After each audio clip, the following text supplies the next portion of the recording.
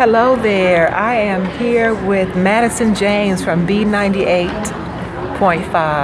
How are you? I'm good. How are you doing? I'm doing well. This is exciting to meet you here at the Judson's Women's Leadership Conference. Yes. And you were just telling me you've been doing this with them for a few years, moderating. Yes, I've been with them this is the third year. The first year I was the host and moving things along, and then second year I was a host again, and then this year I said I want to evolve with my role.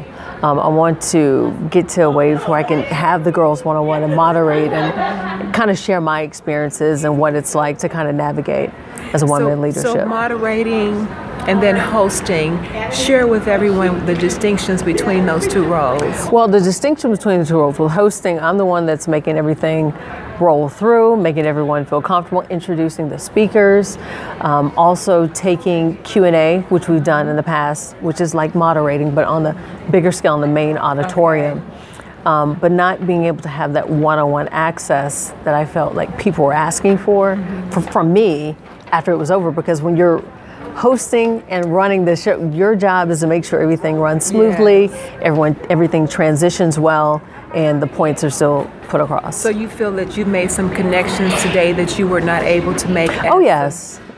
Tell me about that. The one-on-one connections, the talk from the standpoint of I've been involved from the beginning, and I want to show how you can be the best you and do more in a one-on-one setting. So afterwards, people can actually come to me after the sessions. We can ask questions during the sessions and bring in other people who are on the same page and helping individuals grow. And you can't quite do that when your job is to be the host and make sure everything. You're on point. You're making sure that this. Yes. Is okay. So what is that you've taken from your role as a moderator or a commentator on the drive show home on your radio show that you brought here today? I would say also that I brought here today with that is to show young girls that there are goals that you want to get to, and you might have to reach out to some people to help you get to those goals. And events like the Judson Leadership Conference, there's a plethora of women here who, as you've seen, you probably have interviewed, who are CEOs, who are VPs, who you actually have access, because there's a networking session happening later on, but you have access to actually go up and ask them those questions. What better way to improve or to reach your goals than to actually get to the source? How many times do you actually have the opportunity to get to the source, and the source looks like you as a woman? So what do you think the youngest woman here today in that age range is it early 20s? Yes, there have been some early 20s. I've even met some that are 18, 19. Really? See, that's what I get to meet by doing the one-on-ones that come up to you that are freshmen in college.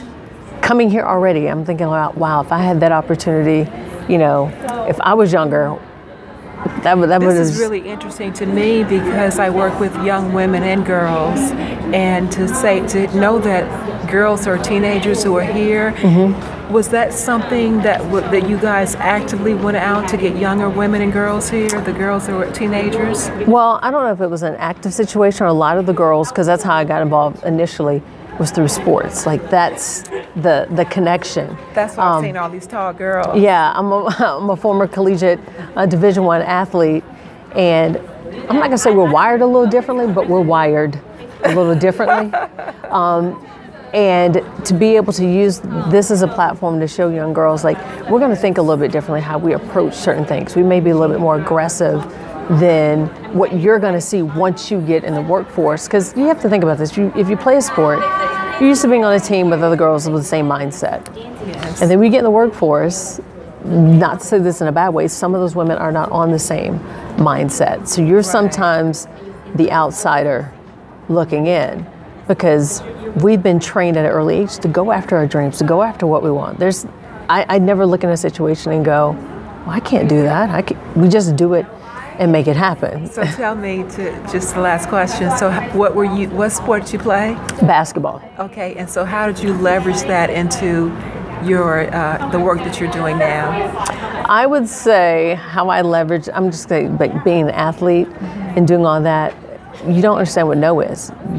I don't see walls that keep me from getting to my goals. So if you're an athlete, you can't look at things that way when you're trying to get to certain goals. Yeah. To be a collegiate athlete or even go to school to get those scholarships.